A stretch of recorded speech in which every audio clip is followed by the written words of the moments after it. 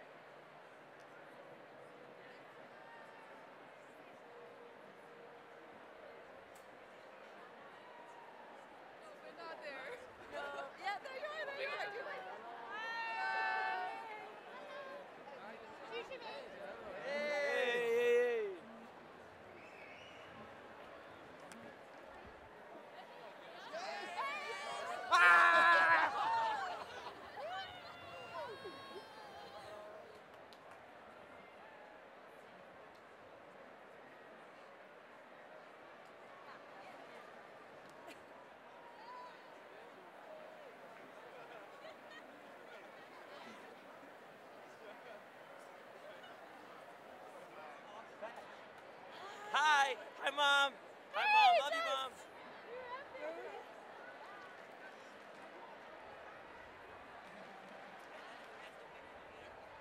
Oh. Oh, wow. Wait. Hi, Mom. Good. No, I'm on it. Go, Blanca. There we go.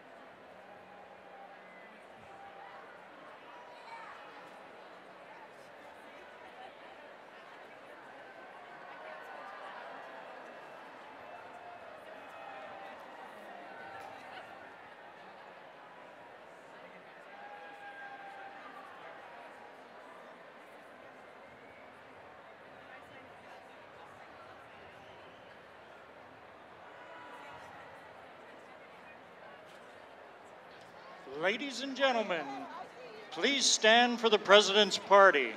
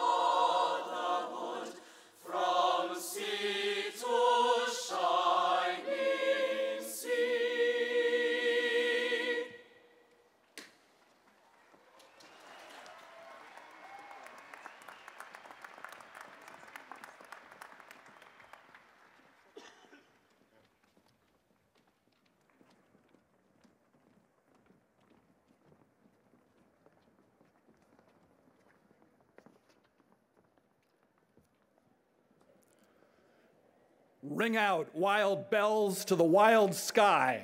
Ring out the old, ring in the new, ring out the false, ring in the true.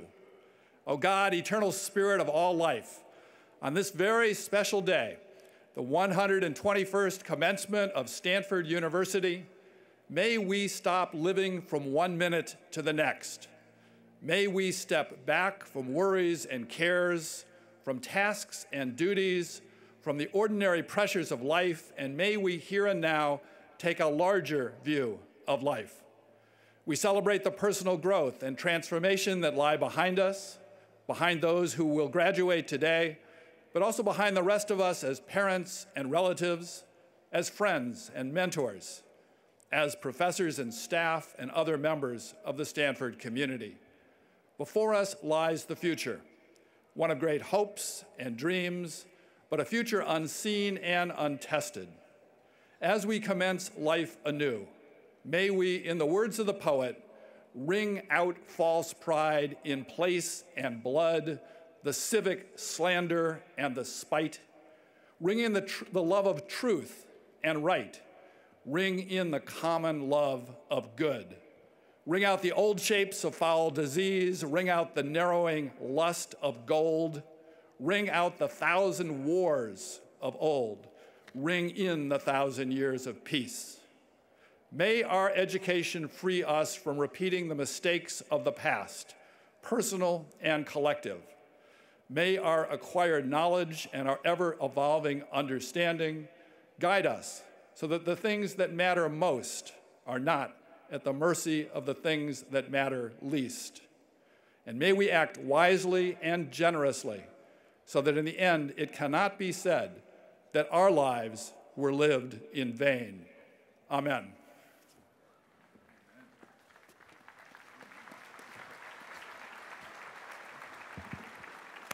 Please be seated.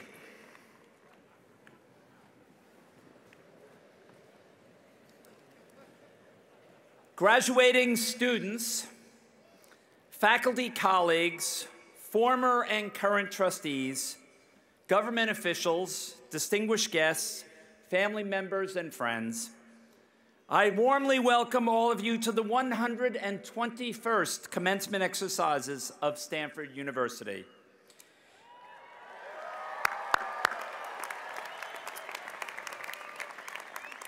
And I would like to start this morning by wishing all of the fathers here today a happy Father's Day.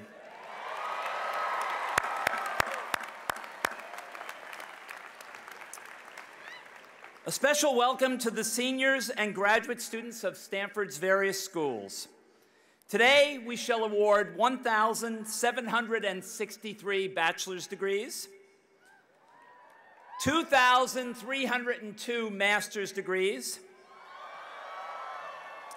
and 1,023 doctoral degrees. The undergraduate class of 2012 includes 307 seniors graduating with departmental honors, 279 graduating with university distinction, 102 students who have satisfied the requirements of more than one major, and 34 with dual bachelor's degrees. 124 are graduating with both a bachelor's and a master's degree, and 355 students have completed minors. Throughout its history, Stanford has attracted students from around the world.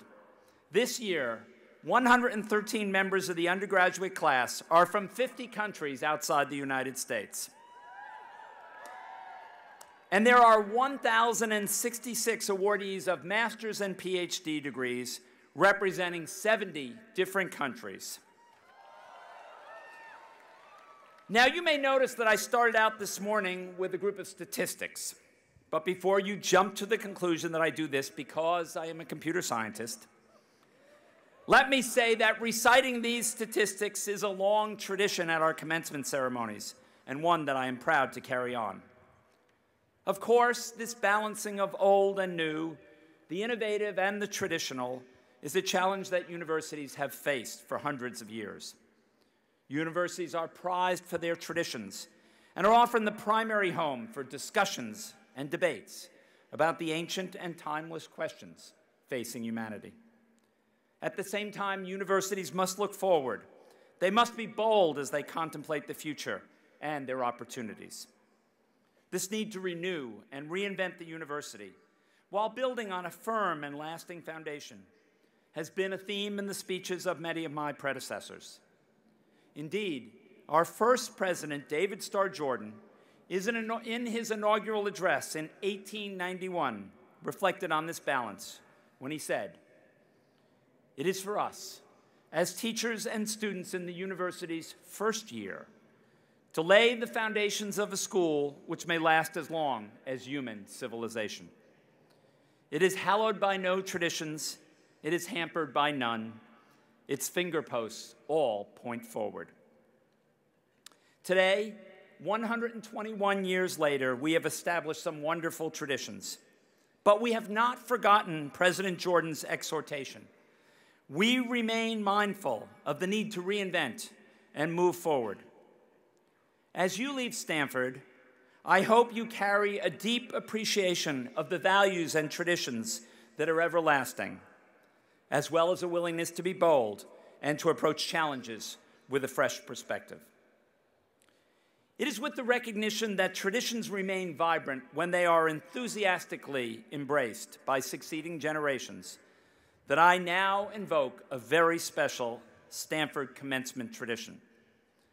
Graduating students, in the stands behind you are many who have made your Stanford years possible.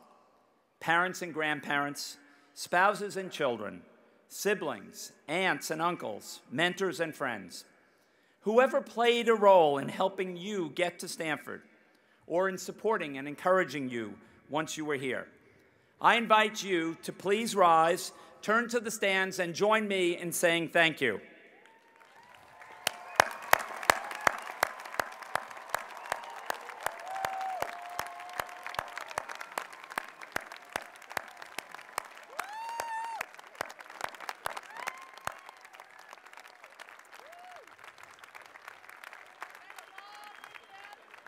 Thank you.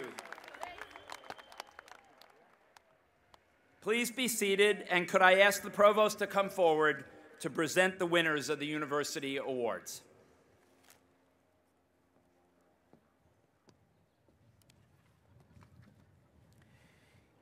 It is my pleasure and privilege to present the Walter J. Gores Awards for Excellence in Teaching. Recommendation for these prizes and for the Lloyd W. Dinkelspiel Awards and the Kenneth M. Cuthbertson Awards were considered by a committee of faculty, students, and staff. I would like to ask the Gores Award winners to come to the stage at this time.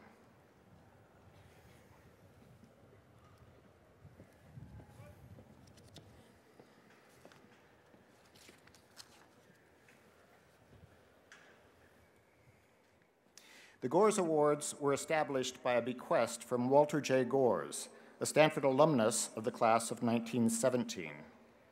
Gores was a dedicated teacher who strove for excellence during his 30 years as a distinguished professor at the University of Michigan. The Gores Awards recognize excellent teaching at the undergraduate and graduate level as defined in its broadest sense, to include lecturing, discussions, tutoring, advising, and course development.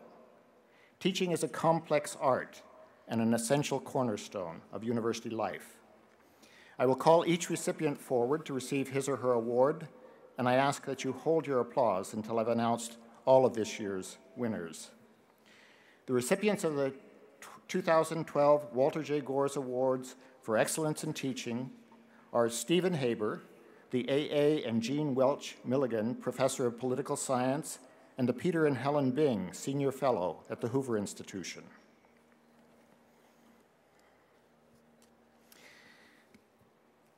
George Hilley, Associate Professor of Geological and Environmental Sciences. Luke C.D. Stein, PhD candidate in economics. On behalf of the university, I congratulate each of you for this recognition of excellence in your teaching.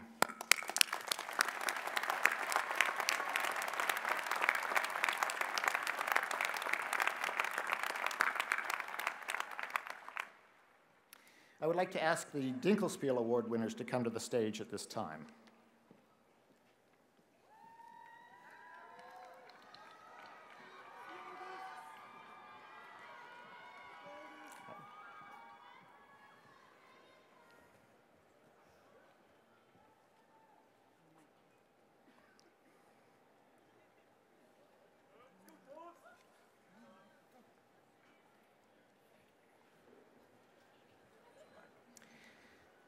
Lloyd Dinkelspiel's service to Stanford included the presidency of the Board of Trustees in the 1950s and was characterized by an enduring concern for the quality of undergraduate education at this university.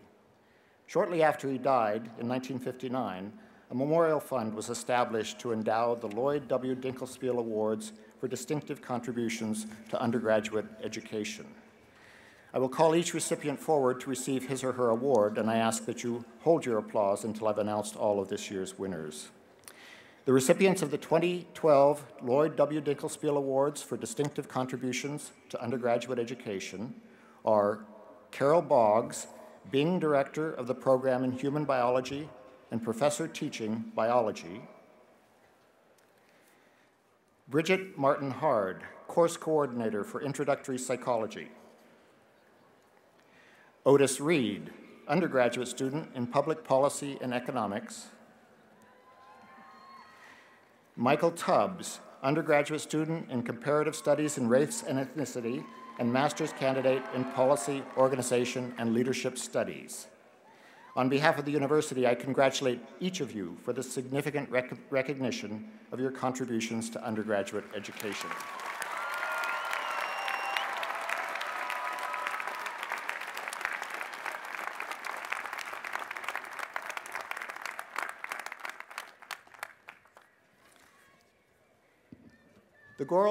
The Gores and Dinkelspiel Awards are joined by a third, the Kenneth M. Cuthbertson Award for Exceptional Service to Stanford University.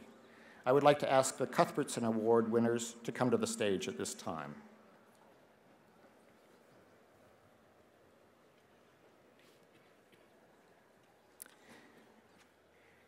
This award was established in 1981 to honor the late Kenneth Cuthbertson, one of the early architects of Stanford's long-range financial planning and development programs. The sole criterion of the Cuthbertson Award is the quality of the contribution that the recipient has made to Stanford. This is a fitting, lasting legacy to a man who cared deeply about the university and its values, and whose contributions continue to benefit each and every one of us today. The recipients of the 2012 Kenneth M. Cuthbertson Award for Exceptional Contribution to Stanford University are Sally M. Dixon, JD, Associate Vice Provost for Student Affairs, Dean of Educational Resources, and Advisor to the President for Campus Life; John Pearson, Director of the Bechtel International Center. On behalf of the university, I congratulate each of you for this distinguished recognition of your exceptional service to Stanford.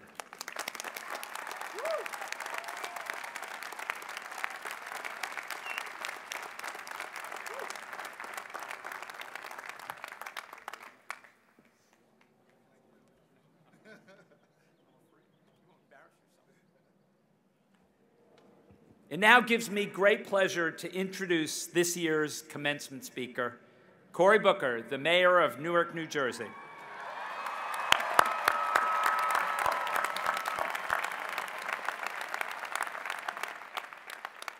Energetic, upbeat, inspirational, honest broker, determined to make a difference, ranked among the top 10 for the 2010 World Mayor Prize, a former Rhodes Scholar with Clintonian charisma, fearless, determined, committed. That's how the press has described Cory Booker. And he is all of that. But that leaves out the two most important things. Cory is a 2-degree Stanford alumnus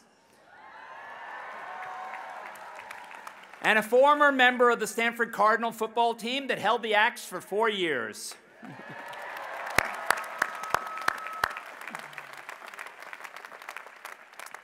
Born in Washington, D.C., he grew up in a predominantly white suburb of New Jersey. His parents were among the first black executives at IBM. They instilled a sense of honor, a commitment to justice and opportunity, and a strong work ethic in their children. As an undergraduate at Stanford, he studied political science. Interested in helping urban youth even then, he volunteered at a student-run crisis hotline, reaching out to young people in East Palo Alto. After receiving his BA in 1991, he earned his second Stanford degree, an MA in sociology. Awarded a Rhodes Scholarship, he studied modern history at Oxford, where he received an honors degree in 1994. 3 years later, he earned his JD from the Yale Law School. In his second year at Yale, he moved to Newark. At the time, it was one of the poorest, most violent cities in the nation. But it was also a city with a glorious history. Booker has often described cities as, and I quote, "the last frontier to make real the promise of America." And he believed that Newark was just such a city. In 1998, at the age of 29, he was elected to the Newark City Council, where he focused on cleaning up neighborhoods. Some of his methods were unorthodox. In one of the best-known examples, he went on a hunger strike and camped out in the middle of a drug-ridden housing project, an act that prompted dozens of neighbors to join him because they were concerned about his safety. And it worked. The Newark mayor, Sharp James, who had opposed earlier reform efforts, agreed to increase police patrols in the area. In 2002, Booker decided to take on City Hall literally. He ran for mayor against the four-term incumbent. After losing in a campaign later chronicled in Street Fight, an Academy Award-nominated documentary, he withdrew from the public eye, but not from public service. He remained focused on transforming his city, and 4 years later, he ran for mayor again. In 2006, Cory Booker was elected the 36th mayor of Newark by a huge margin. Currently serving in his second term, he was worked with what one reporter called epic determination to reduce crime and create an urban environment that nurtures families and the economy. He has understood that a city cannot flourish unless families feel safe. He tackled crime prevention in a typically Booker way, hands-on. Against the advice of everyone, he patrolled the streets at night with his security team. He partnered with Newark businesses and raised millions of dollars to install more surveillance cameras. He hired a well-respected police chief who put more officers on the streets in evenings and weekends when crime was most rampant. Within 2 years, the murder rate dropped 36%. And on April 1st, 2010, Newark marked its first month in 44 years without a homicide.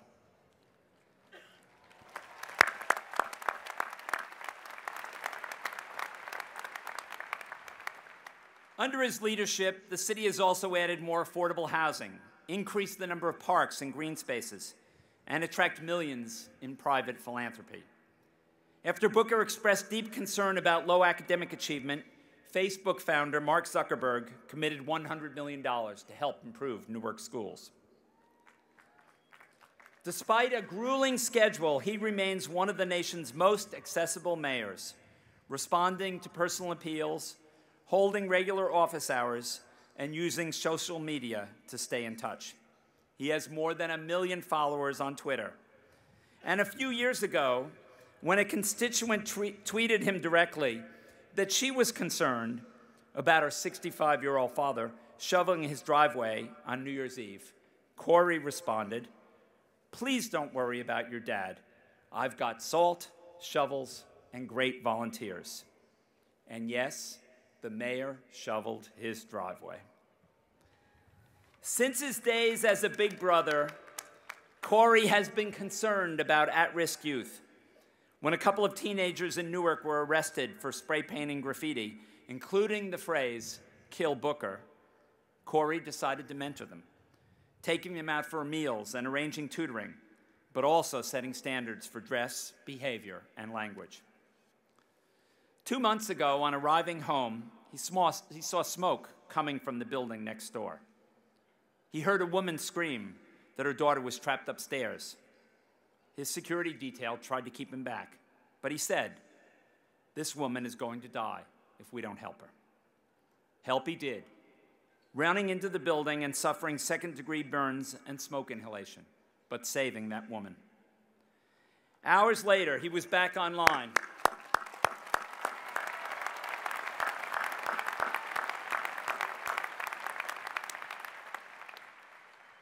Hours later, he was back online, tweeting reassurances to everyone concerned and praising his security officer for help. Newark fire officials characterized Cory's rescue as very heroic, but very dangerous. Indeed, Cory told Oprah Winfrey a few days later that he was terrified and thought at one moment that he might not make it. But that seems to me to characterize Cory's leadership. He has the courage to do the right thing, even when it is scary. And that courage, that conviction, has helped improve the lives of people in his community and beyond. He exemplifies the potential of every Stanford graduate to make a profound difference in our world. Please join me in warmly welcoming one of Stanford's own, Newark Mayor Cory Booker.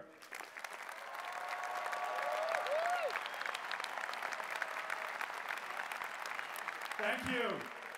Thank you. All right. Thank you. Last time I was on this field, some guy from UCLA tried to bury me right here. It's good to be back on top of the soil.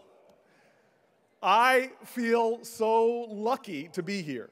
I really do. It's a feeling that Stanford has given me for all the years I've been involved with this amazing university. I know there are some people here that felt like me. After freshman orientation, you got back to your dorm, you closed the door, and sat on your couch and said, why did they let me into this place?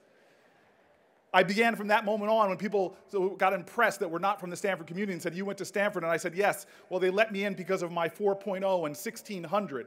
And I said it was 4.0 yards per carry and 1,600 receiving yards my senior year in high school. Every step of my Stanford career, this university has given me immensely more than I have ever been able to give it. And I feel on this day, when we celebrate the class of 012, that we... Is this going to go on my whole speech, guys? I'll be very careful when I use that then. I feel that this university and this moment for me just fills me again with a sense of gratitude. For me and this great class, today is not just a day of celebration, but it is a day of appreciation. And allow me, with the class, to just give my thanks. First, thanks to the trustees of this university. I had a chance to serve with them for 5 years. It is one of the most incredible assemblages of human beings on the planet, and they pour their heart and their spirit into this university to protect its highest values and to ensure that it endures. Thank you, Board of Trustees.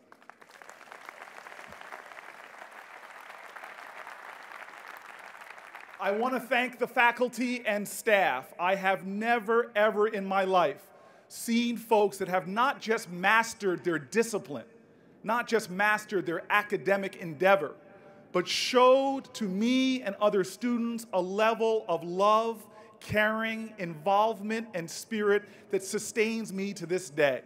My connection to faculty members here at this university has not been severed just by leaving here. Indeed, it's a faculty member every time I've gotten inaugurated as an elected official.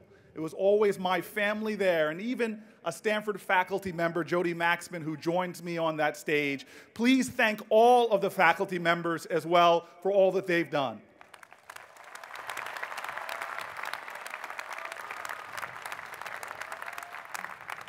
And I want to thank another group that I probably did not say thank you to enough.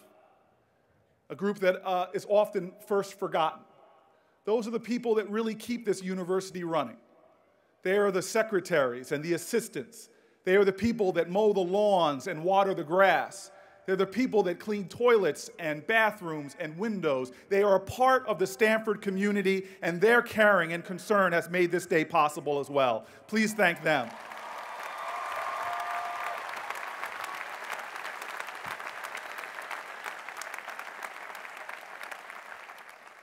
And finally, I want to thank the families. You are the ones that really made this day possible. Each and every graduate has someone tied to them by blood and or spirit who was there for them, who planted seeds in their spirit, who nurtured the ground on which they grew. You are responsible for them being here, and while they were here, you sent care packages, made phone calls, sent money. And that's perhaps what I want to talk about today. Family, not the money part. All us politicians are focused on more than just that. The family. Today is Father's Day, and I thought I would focus really on two men in my life. I am one of those guys that knows in my heart that women in this globe, philanthropists are finding this out. So many people are seeing that if you support women, that you will help change neighborhoods, change cities, change countries. And from a man who is part of the African-American tradition, which is rich with matriarchal power and strength, please do not think that while focusing on men today that I do not understand that truth. But today, for a very specific reason, I want to focus on two men in my life who were at my graduation. And I know they would like to be here today, but for reasons I'll mention later, they could not make the trip. These two men are my dad and my grandfather. They taught me what it means to be a man. And they both are these outrageous spirits with the corniest jokes imaginable, and they would show up to my graduation, and both of them would be like a stereophonic bad joke-telling machine. As they would weigh into me, my grandfather, this huge, big man, would saddle up to me and say, "You see, boy, the tassel is worth the hassle." Yes, Granddad, yes. And then, of course, he would look through the program and say, "I see that you're not magna cum laude or summa cum laude. You're just, thank you, Lottie, I'm out of here." My father would not be undone. He, too, was at every one of my graduations, and his jokes got more painful as the years went on. He and my mom would love to say, they'd look at me and they would whisper to another parent, and they would take the line and say, "You know, behind every successful child is an astonished parent." I really can't believe this. Unbelievable. My father got tired of graduations after a while. He's a guy that went to college and then went to work, and he saw me graduate from Stanford once, graduate from Stanford twice, then go to England and study and get another degree, then go to law school, and finally he said at my last graduation, "Boy, you got more degrees in the month of July, and you ain't hot. Get a job." I want to pick up on these two incredibly corny men and really get to their two specific lessons that they imparted to me on graduation. My dad would touch me almost like he was trying to feel my very spirit.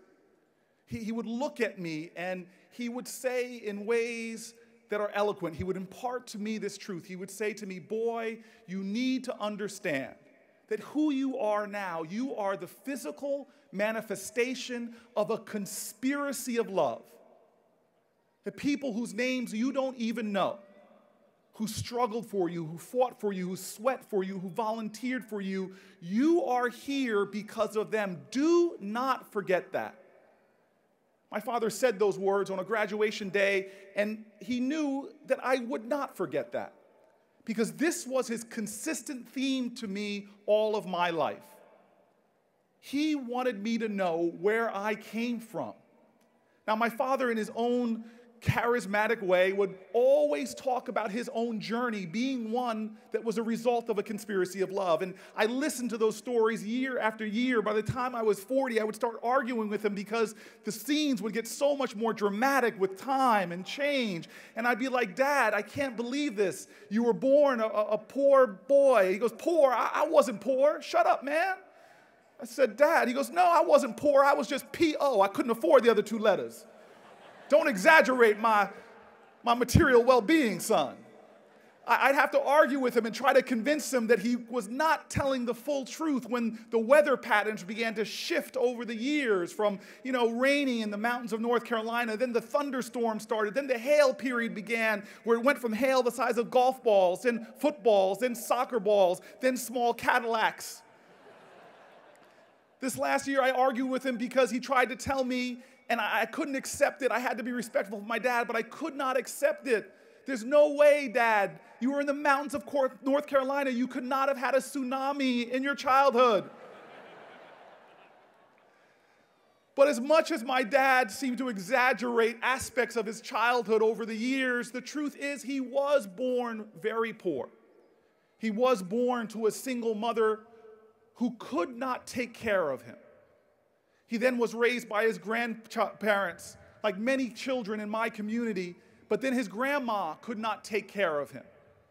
And then he was out in the community, but it was that conspiracy of love, people whose names I do not know, in a small segregated North Carolina town that rallied around this boy, would not let him fail, got him to school, put a roof over his head, put food on the table, taught him discipline and respect, and he made his way.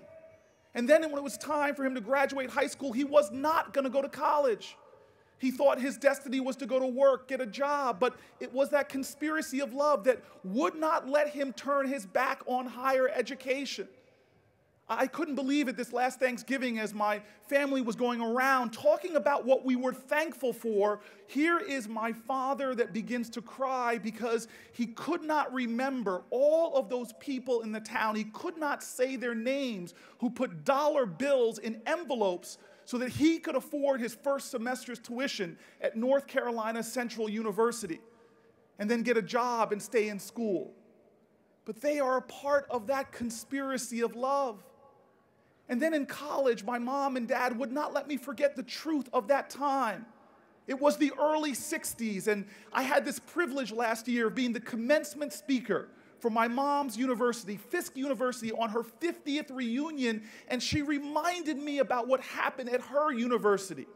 At the night before dinner, she took me around to table after table, stopping and saying, Cory, this is the young lady that led our voter registration movement at a time that it was dangerous in the South to go out and register people to vote. You all remember Goodwin and Cheney and Schwerner. She would take me to another table and say, this is the young lady that led our boycott of the downtown store that would not serve African Americans. At every table was almost like she was talking to me again as a boy, snapping her fingers and saying, pay attention. This person marched for you. This person protested for you. This person sacrificed and risked expulsion for you. The conspiracy continued. My parents would tell me about landing in Washington, D.C. That's where they met. Two college graduates, African Americans, that confronted the reality that many companies would not hire blacks. But it was this conspiracy of love. Black folks and white folks and Latinos in Washington, D.C. and elsewhere in America that were forming organizations that were challenging companies and working with them to hire blacks. My dad soon became one of the first blacks hired by an oil company, then one of the first black professionals hired by a department store. Then he and my mom became a part of a wave of the first blacks hired from this small tech startup that you all out here in Silicon Valley may not have heard of called IBM. The conspiracy continued. When my parents got promotions after doing so well at IBM, they got moved to the New York City area. They were looking for towns to move into and immediately found out that many of the nicest towns with the best schools would not show the homes to black families. And so my parents worked with this group of conspirators who formed something called the Fair Housing Council. And every time my parents would go look at a house and were told it was sold, they would send a white couple there to see if that was the truth. I was told that white couple's name was Mr. and Mrs. Brown, but they were not brown. My parents fell in love with a home. They were told it was sold. The Browns were there next, told it was still for sale. They put a bid on the house. On the day of the closing, my father went instead of the Browns with a young lawyer whose name I don't know. walked into the real estate agent's office and said, "You are in violation of New Jersey fair housing law." And before he could finish his speech, this young lawyer, bright and ready to confront injustice, the real estate agent stands up and punches the lawyer in the face. He sigs a dog on my dad. Now, the size of the dog has changed over the years. My father now insists it was spawn from hell. It was Cujo. My mom will whisper to me, it was just Toto, Cory. It was really a small thing. And so there I was, 1970, baby growing up in this town, my father and my mother, my brother and me, as my father referred to us, 4 raisins in a tub of vanilla ice cream. And in this amazing town, in this nurturing community, I grew strong and had my share of success. I was a high school All-American football player. I was in the Honor Society, president of my class. But if my parents saw me getting too big for my britches, if they saw me looking proud, my father would be right there. He would say to me, "Boy, don't you dare walk around this house like you hit a triple when you were born on third base." He would say to me, "You need to understand something. You drink deeply from wells of freedom and liberty and opportunity that you did not dig. You eat lavishly from banquet tables prepared for you by your ancestors. You sit under the shade of trees that you did not plant or cultivate or care for. You have a choice in life. You can just sit back, getting fat, dumb, and happy, consuming all of the blessings put before you, or it could metabolize inside of you, become fuel to get you into the fight, to make this democracy real, to make it true to its words, that we can be a nation of liberty and justice for all." And so,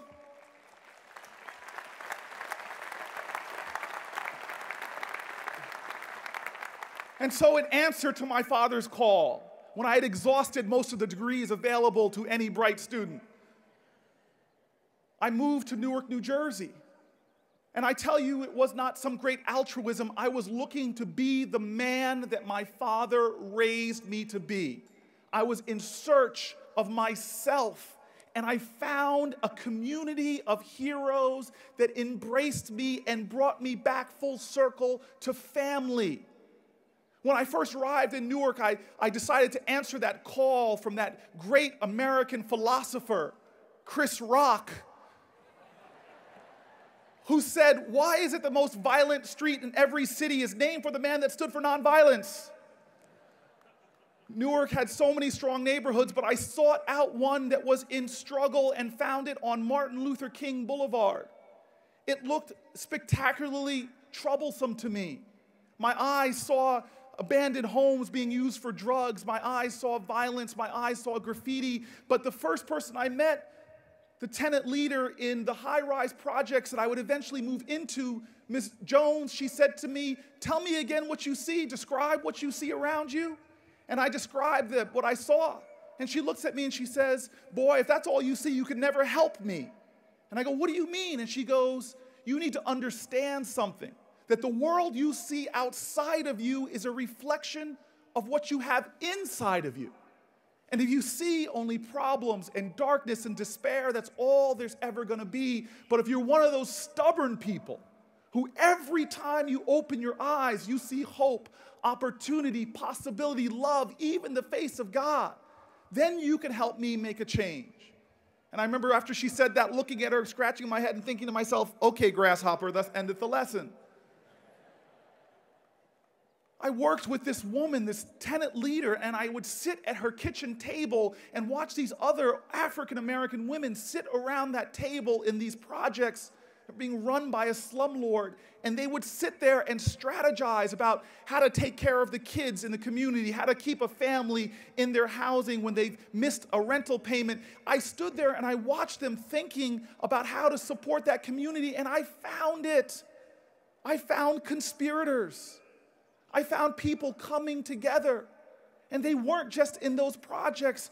all over Newark, I saw more and more people who had a courage, who had a spirit, who had a love. And so for my Father's sake, I want to explain to you the three things that these conspirators all had in common. One was they embraced discomfort. They did not seek comfort and convenience. They went to where the challenges were.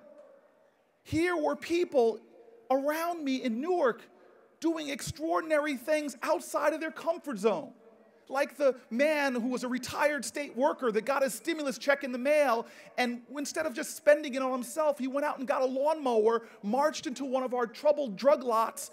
There was this big grassy overgrown field with trash and debris, and he started cleaning it. He made it look like the White House lawn, never confronting a drug dealer, but eventually they left.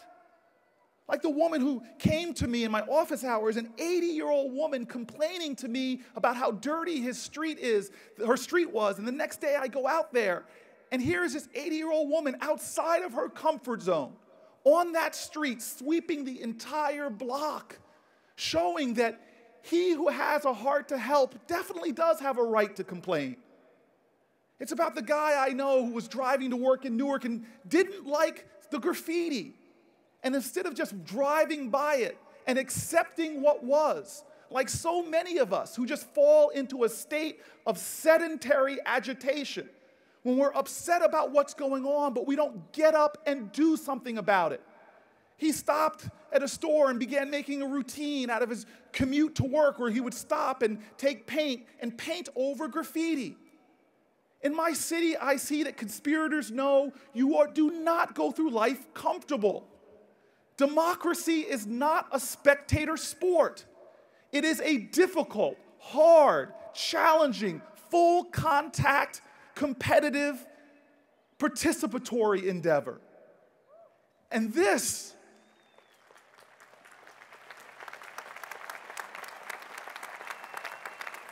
is critical. People who get comfortable of body get fat. People who get comfortable of mind and intellect get dull.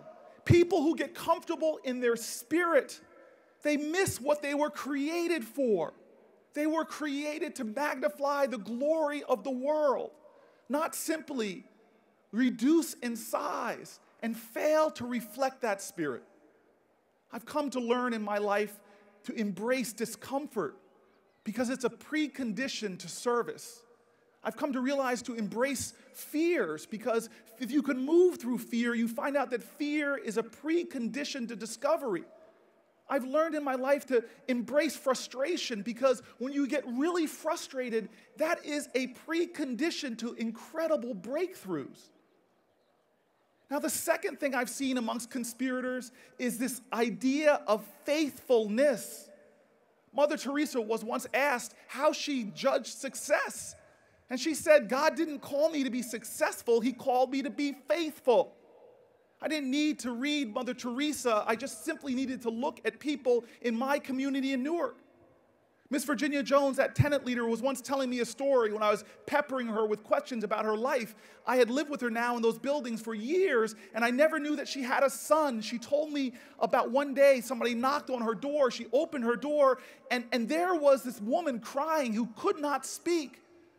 She dragged her down to the lobby, and there on the lobby floor was her son, a veteran, who had come back to visit her. There he was on the lobby floor with 3 gunshots, bleeding that lobby floor red.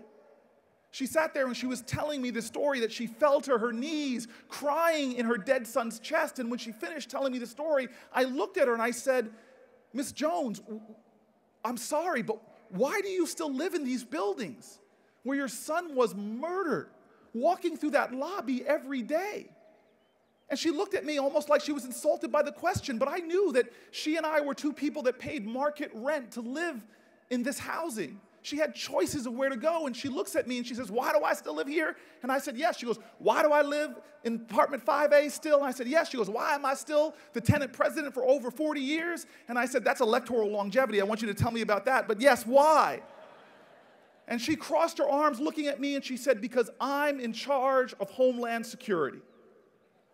Here is a woman that remained faithful. And I want to tell you, graduates, of all the lessons of conspirators, this is the hardest one for me personally. To stay faithful in a world that can be so cruel.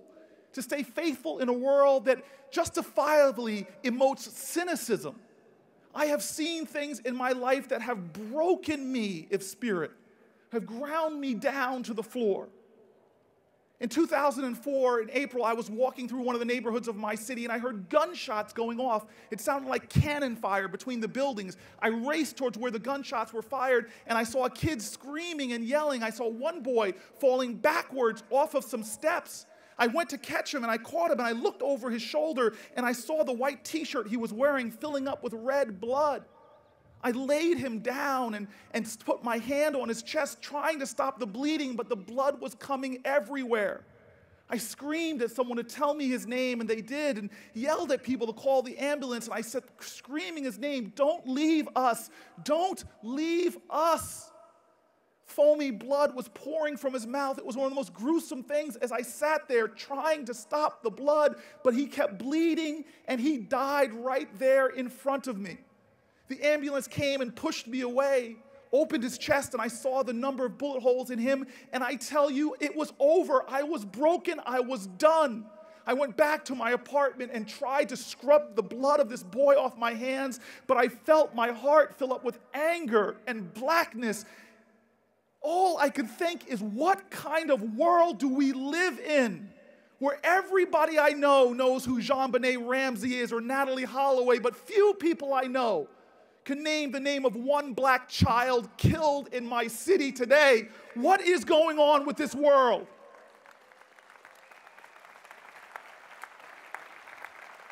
That we seem to value life so little that dozens of kids, of boys, of men are murdered every week. I wanted to give up. I was done. And then I left my apartment and walked out to the courtyard and I saw the back of Miss Jones' head. She turned around and she saw my expression. She said, "Come give me a hug." And I hugged this woman and I wept in her arms. And she held me and all she said is, "Stay faithful, stay faithful, stay faithful." I'm telling you right now, courage does not always roar. It's not when you stand up and beat your chest and you're ready for the big game, the big fight, the big speech. That is not real courage in my book anymore. It's not running into a burning building. Real courage is that when life has beaten you down so low, when you are broken, when you have wounds that you wonder if they can ever heal. Courage is when you've done something wrong and you feel the weight of shame on your chest so heavy that you can barely breathe. Courage is when you're curled up on a ball in your bed, sleepless throughout the night, and when the sun comes up, courage isn't the roar. Courage is that small voice in your mind that says, "Get up, get out of bed, put your feet on the floor, brush your teeth, wash your face, comb your hair, God, if you have it. Put your hand on that doorknob and go outside for another day of loving and stand with all of your might and look up into the heavens." And courage has you say in a defiant spirit, "You can take everything from me. You could cut me deep. You could render me in shame, but you will never, ever stop me from loving those who mock me, from loving those who hate me, for loving those who don't forgive me, for loving the cynics, for loving the darkness so much that I myself, through my small acts of consistent, unyielding love, will bring on the light." And this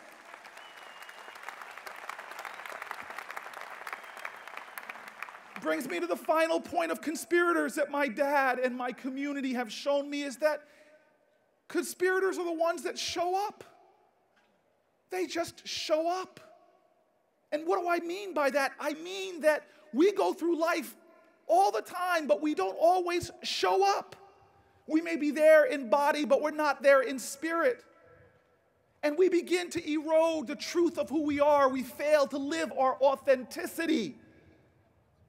A great president, Lincoln, said that everyone is born an original, but sadly, most die copies because they don't show up.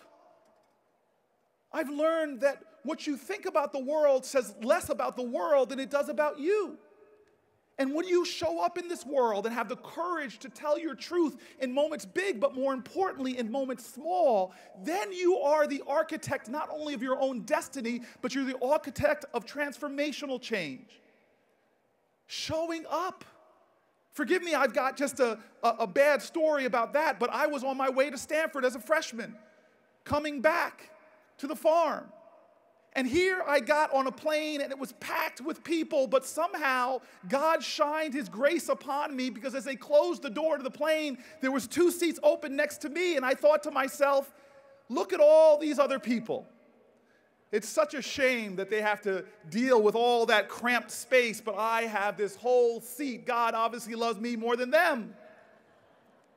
Well, just as I was sitting there so satisfied, the door to the plane opens and all of us shot to attention because it sounded like some beast was coming in. Some screams were happening. We couldn't understand what was going on outside of the plane. And then we understood because the beast came onto the plane and it had 3 heads. It was a woman and a little boy and a baby. Immediately, everybody on that plane looked at them and then slowly turned their heads to me. And I could see everyone was thinking, you smug little man. And that woman and her 2 children came to stand before me and said, I'm sitting there. And I said, are you sure?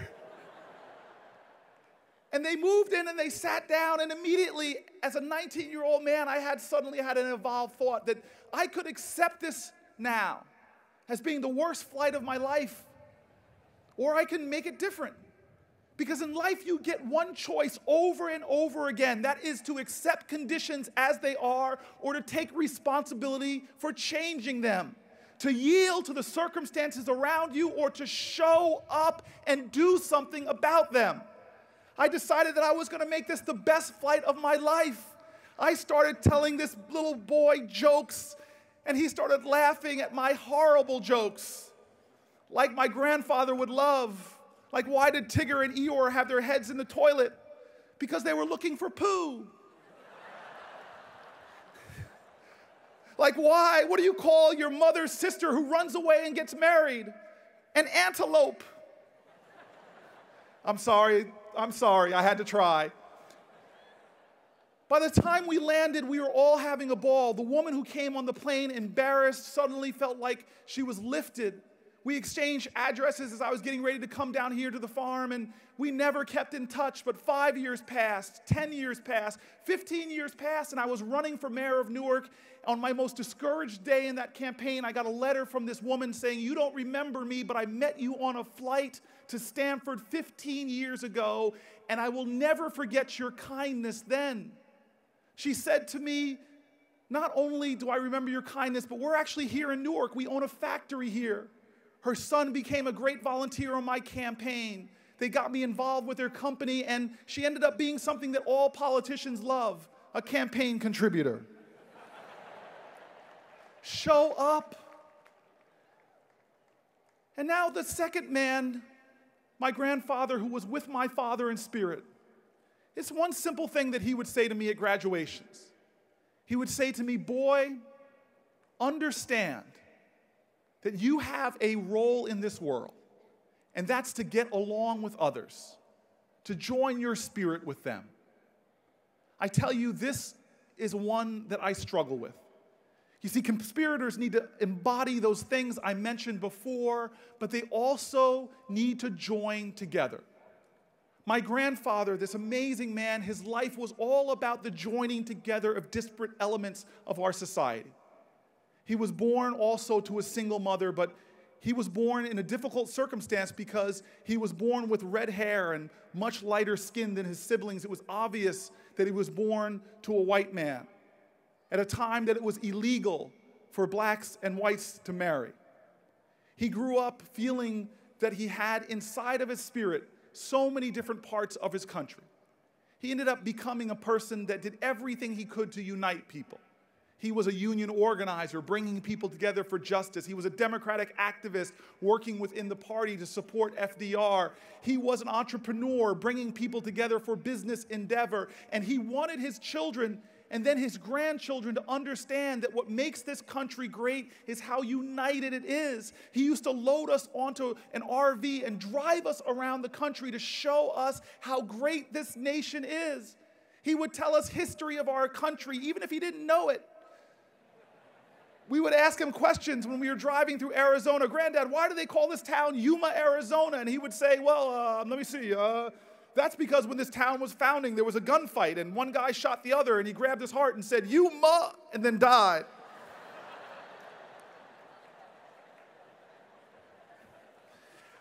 I talk to my grandfather all the time about this country. He tells me that, son, this country we forget. We talk always about the Declaration of Independence, but really, this nation was founded on a declaration of interdependence, this recognition that we need each other. When I talk to my grandfather now, I anguish to him that we are a nation that has become so polarized, where people are so quick to identify themselves as Democrat or Republican before they say, first and foremost, that I am an American. They're so focused on left and right that they forget that this nation must go forward. I anguish to my granddad when I talk to him now, how can we have come so far as a nation that the word compromise is a curse? And the word patriotism is not used to unite us all, but it's used to demean others and to esteem yourself like I am the true patriot, and because of you and what you believe, you're not. This is not the America that my grandfather believes in. He said we were formed to come together and make a more perfect union. And to me, this is what I've found in my work, that the change we make really comes about when we come together across party lines, come together across religious lines and racial lines. When President Hennessy introduced me, he talked about a hunger strike. The great feeling that I got from that experience was how the city came together to deal with a problem, and that's what we need in America today. My grandfather would love that every nation that makes up this nation, every heritage has this ideal of unity. It's like the old African saying that says, if you want to go fast, go alone, but if you want to go far, go together. It's like another saying that he loved that said, when spider webs unite, they could tie up a lion. It's like what Golda Meir said, that when Jews come together, they're strong, but with Jews with other people are invincible. It's like the Islamic faith, that one of the pillars of Islam is that word tawheed, which means we all share one God, one spirit, one soul. It's like this wonderful man in a jail cell in Birmingham who wrote the truth of our nation in 1963, when he said we were all caught in an inescapable network of mutuality, tied in a common garment of destiny, that injustice anywhere is a threat to justice everywhere. And when I stand in a conspiracy in Newark, I feel that connection to conspirators who understood this truth of coming together, like those people who came together, scientists and engineers that turned the moon from a dream into a destiny. Like those conspirators on the Underground Railroad, black and white, who came together saying that we must overcome this slavery, like the conspirators who took us as a nation from child labor to public education, from sweatshops to workers' rights. They were all conspirators who came together to exalt our highest ideals, to celebrate our common aspirations, to live the truth of our founding, which is that this nation is nothing if it stands apart, but everything if it stands together.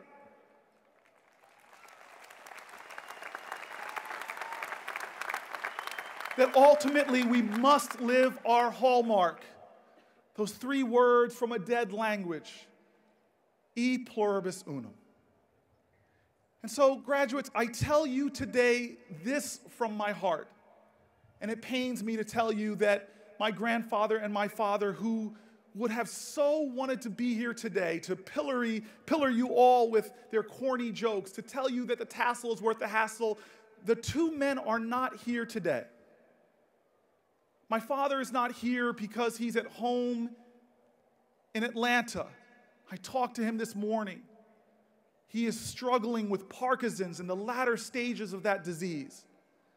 Oh, what 20 years have brought from my father, the man that was running after me on football fields, to now a man who this terrible disease is stripping of his physical mobility, stripping him of his mental faculties. But when I am with him, I see that this disease can take everything from him.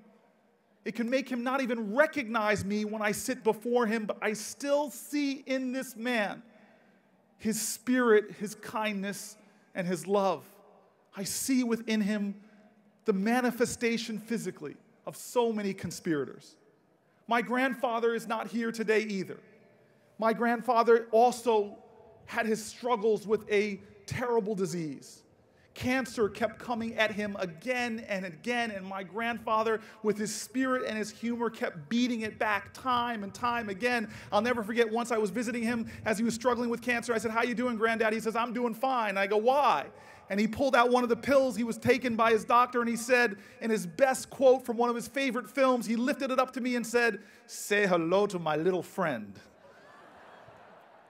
The last time I talked to my grandfather, his big body was now shriveled and weak from radiation, from the sickness. And the last thing he said to me before I left him was, "I love you, son. I love you. I love your children, and I love your children's children." I left him confused. I'm not married. I have no kids. I thought he was just delirious. But as I struggled to make sense of his words, I got a cruel phone call that explained them to me. It was almost 10 years ago to the month that I got that cruel phone call. I was in the midst of a campaign for mayor, and I was on Spruce Street in Newark. And there was a family member of mine that said, "Your grandfather is dead." And I remember not doing what they told me to do, call my grandmother, they said, but I couldn't. I just pulled over to the side of the road and I wept at the loss of my hero. And then suddenly, in the midst of my tears, I remembered his final words. He said, "I love you, and I love your children, and I love your children's children," and it made sense to me. One of my friends who's an astrophysicist told me that the stars we see at night, millions and millions of light years away, some of them could be gone already, but the light and the energy that gave off, you can still see it today. Well, that was my grandfather. He loved so much that his love will affect generations yet unborn. He loved so much that he may be gone for a decade from me, but I still feel him today in every cool wind that breathes in my face, in every deep breath I take. His love is with me, and I hope you feel it today. And thus, I say to you on this graduation, I say to you in the name of my father, Cory Alfred Booker, I say to you in the name of my grandfather, Limery Jordan, to join the conspiracy, to be a class of people that rejects cynicism, that is not joining the ranks of the denizens of divisiveness or the nattering nabobs of negativity, but be lovers. Join the conspiracy and love with all of your heart and all of your courage. Let your love be defiant. Let your love be rebellious. Join the conspiracy and make change in your life, because change will not roll in on the wheels of inevitability. It must be carried in on the backs of lovers. Class of 012, I say, stand up and be lovers of life. Be present. Take the more difficult road and love in a way that you can make true the words of children being said in Newark almost every day, that you can be responsible, that making for this world and our nation true of the fact that we are one nation under God, indivisible, with liberty and justice for all. God bless you, 012.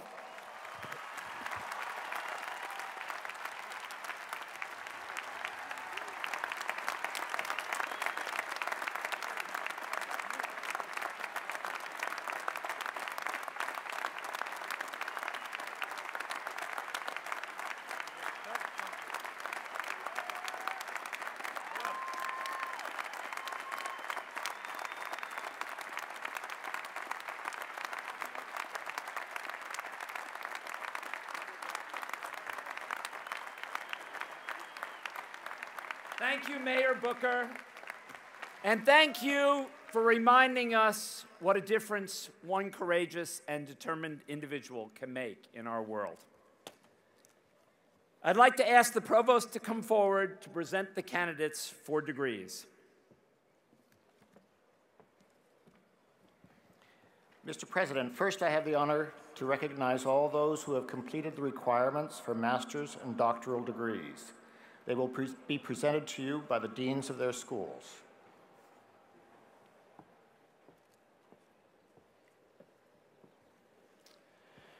Will the candidates from the School of Engineering please stand?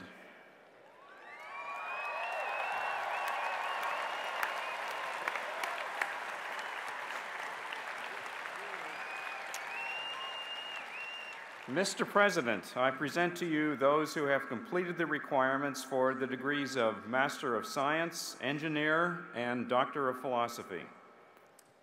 By the authority vested in me by the faculty and trustees of this university, I am happy to confer publicly upon you the degrees for which you have been presented and admit you to their rights, responsibilities, and privileges.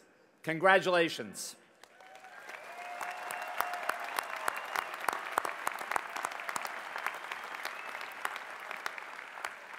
Will the graduates from the School of Engineering please be seated?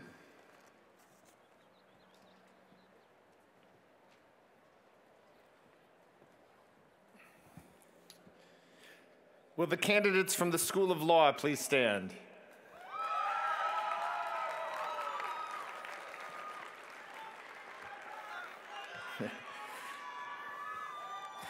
Mr. President, I present to you those who have completed the requirements for the degrees of Doctor of Jurisprudence, Master of the Science of Law, Doctor of the Science of Law, and Master of Laws. Thank you, Dean Kramer, and may I also thank you for your 8 years of remarkable service as Dean of our law school. By the authority vested in me by the faculty and trustees of this university, I am happy to confer publicly upon you the degrees for which you have been presented and to admit you to their rights, responsibilities, and privileges. Congratulations.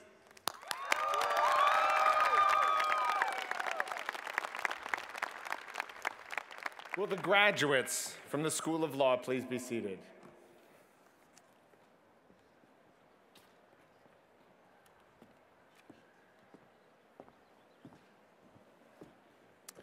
Will the graduates from the School of Education please stand?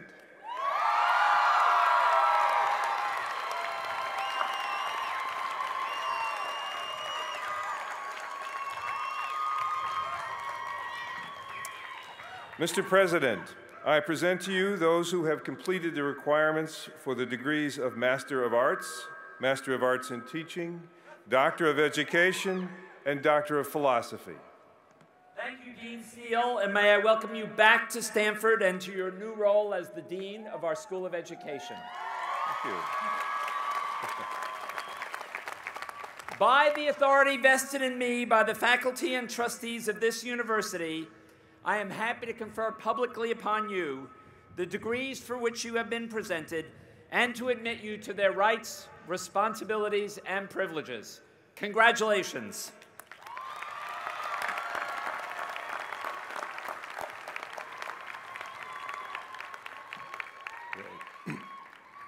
Will the graduates from the School of Education please be seated?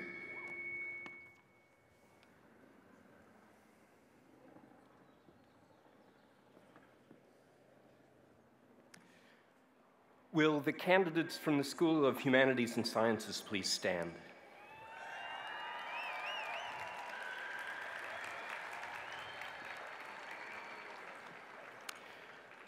Mr. President, I present to you those who have completed the requirements for the degrees of Master of Arts, Master of Liberal Arts, Master of Science, Master of Fine Arts, Doctor of Musical Arts, and Doctor of Philosophy. Thank you, Dean Saller. By the authority vested in me by the faculty and trustees of this university, I am happy to confer publicly upon you the degrees for which you have been presented and to admit you to their rights, responsibilities, and privileges. Congratulations.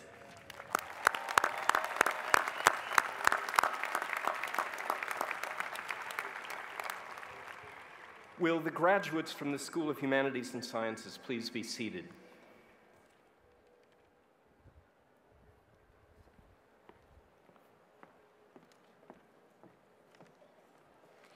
Will the candidates from the School of Earth Sciences please stand?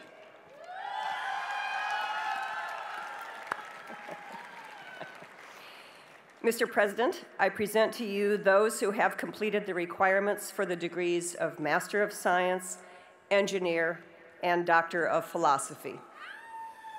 Thank you, Dean Mattson. By the authority vested in me by the faculty and trustees of this university, I am happy to confer publicly upon you the degrees for which you have been presented and to admit you to their rights, responsibilities, and privileges. Congratulations.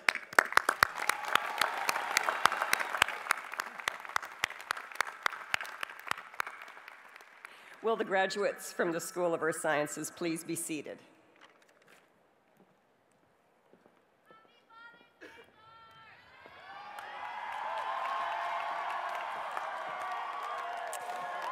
Will the candidates from the Graduate School of Business please stand? Mr. President, I present to you those who have completed the requirements for the degrees of Master of Arts in Business Research, Master of Science in Management, Master of Business Administration, and Doctor of Philosophy. Thank you, Dean Saloner. By the authority vested in me by the faculty and trustees of this university, I am happy to confer publicly upon you the degrees for which you have been presented and to admit you to their rights, responsibilities, and privileges. Congratulations. Will the graduates from the School of Business please be seated?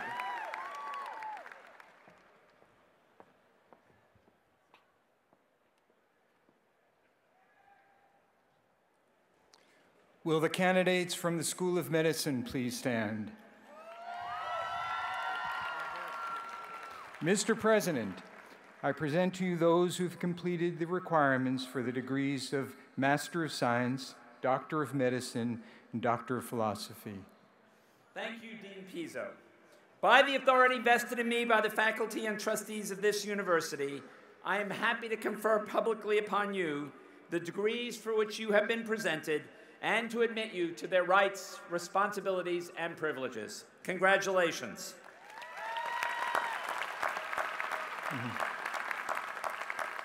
Will the graduates from the School of Medicine please be seated?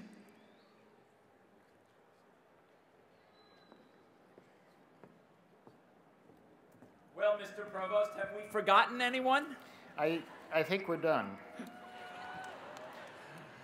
Oh, no. Now, Mr. President, I have the honor to recognize all those who have completed the requirements for undergraduate degrees. Will the recipients of the degrees of Bachelor of Arts, Bachelor of Science, and Bachelor of Arts and Sciences please stand?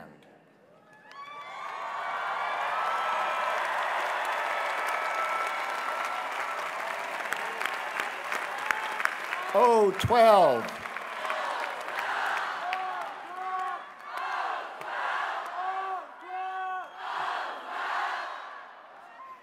Mr. President, I present to you those who have completed the requirements for Bachelor of Arts and Bachelor of Science degrees and the Bachelor of Arts and Science degree. Thank you, Provost Etchemendy. By the authority vested in me by the faculty and trustees of this university, I am happy to confer publicly upon you the degrees for which you have been presented and admit you to their rights, responsibilities, and privileges. Congratulations, 012!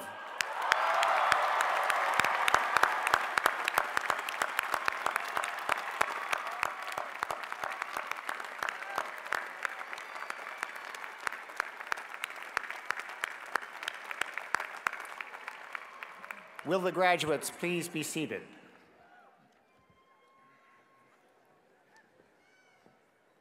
Graduates of Stanford University, On behalf of all members of the Stanford family, I congratulate you and commend you. You have made many contributions to our community of scholars through your time at Stanford, and you have our deep thanks. Before we close, I'd like to reflect for a few minutes on a phrase you heard several times today. As each group of graduates was presented, I responded by admitting them to their rights, responsibilities, and privileges associated with the degree from Stanford University. We believe a Stanford education brings a responsibility to make good use of your knowledge, to make the world a better place, and to help ensure that succeeding generations have the same kinds of opportunities that you have had here at Stanford. Today, you join a long line of distinguished alumni who, like Mayor Cory Booker, put their education to good use.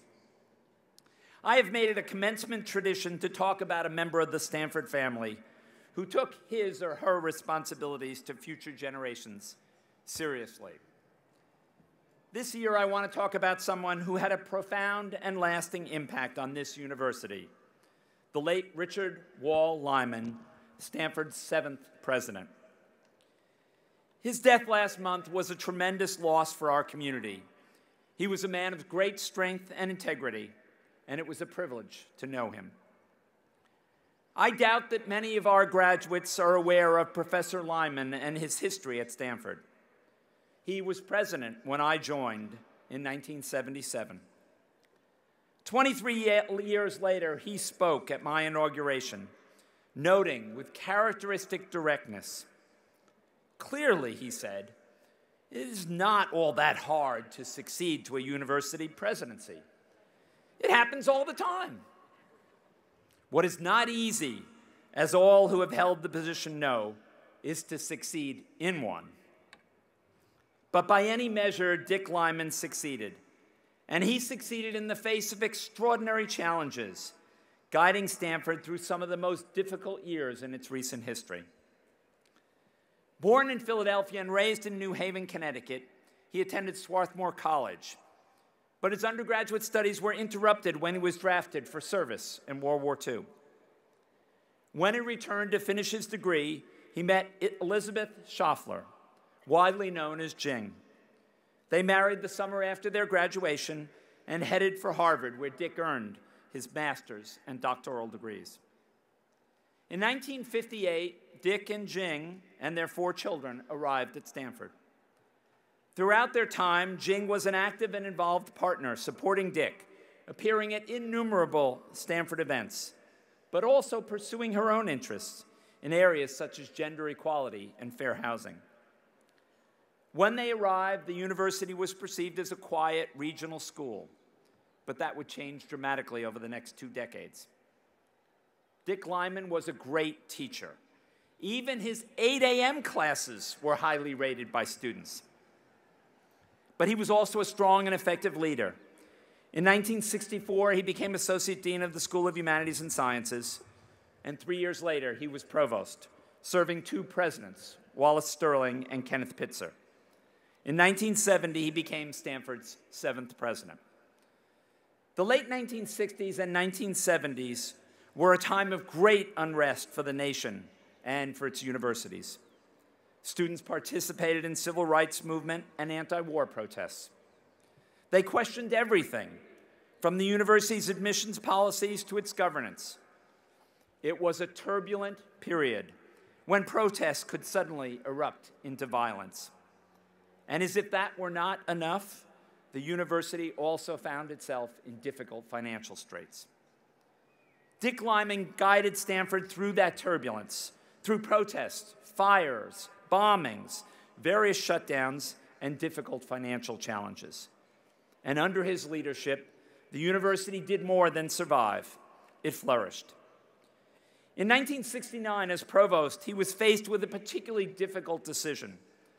Students had occupied the main administration building and invaded the offices and could not be persuaded to leave. Although he was personally deeply opposed to the Vietnam War and was a passionate advocate for free speech, he believed the disruption and potential for violence were a serious threat to the university.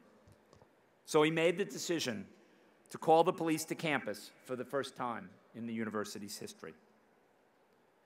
But he also worked with the sheriff's office to ensure that faculty advisors could be on hand anytime the police had to clear a building. That policy protected both the police and the students and kept the volatile situation from escalating further. The year before, after Martin Luther King Jr.'s assassination, members of the Black Student Union called for the university to increase minority representation in the faculty and student body. It was a cause Lyman deeply believed in. Years later, he wrote, "We were doing our best to set an institution for which we cared deeply on the road to diversity after so many decades of injustice and exclusion." By the end of his term, the enrollment of Black, Native American, and Hispanic students had increased significantly. The university also opened its first coeducational dormitory on campus during Dick Lyman's years. As Dick Lyman explained to the Stanford Report, students in Stanford's overseas campus were already sharing a dorm.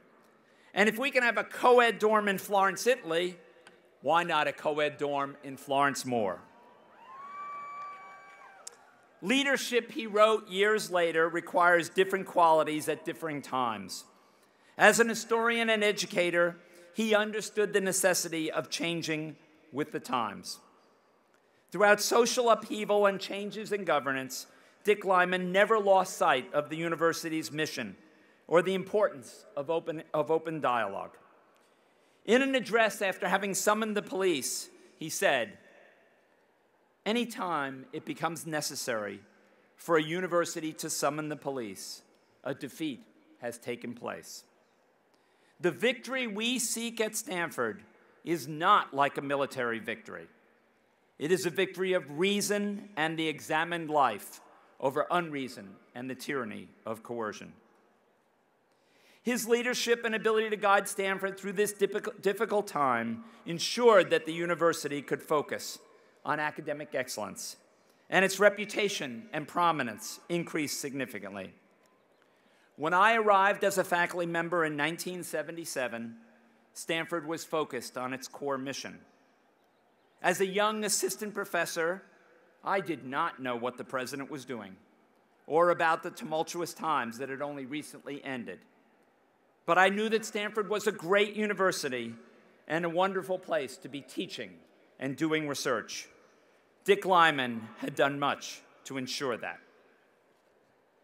In 1991, Dick and Jing Lyman jointly received the degrees of Uncommon Man and Uncommon Woman, Stanford's highest honor for exceptional service to the university, a recognition that has been given to only 25 people in the past 58 years. Throughout his years of courageous leadership and dedicated service, Dick Lyman exemplified the Stanford spirit, and all of you have benefited from his leadership and his dedication to this university.